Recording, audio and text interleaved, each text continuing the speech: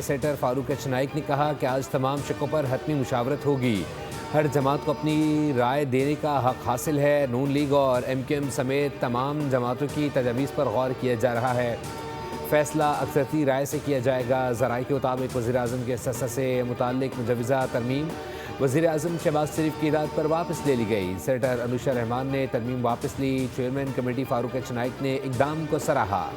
ذرائع کے مطابق کمیٹی کی رپورٹ کل سینیٹ میں پیش کیے جانے کا امکان، جبکہ ترمیم کی منظوری بھی متوقع ہے۔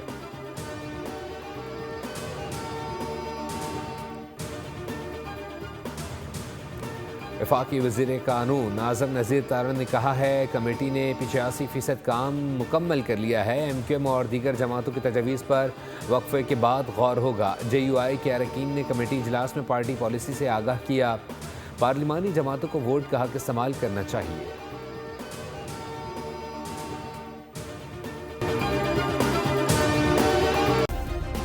سبسکرائب کریں اور بیل دبائیں تاکہ کوئی خبر رہ نہ جائے۔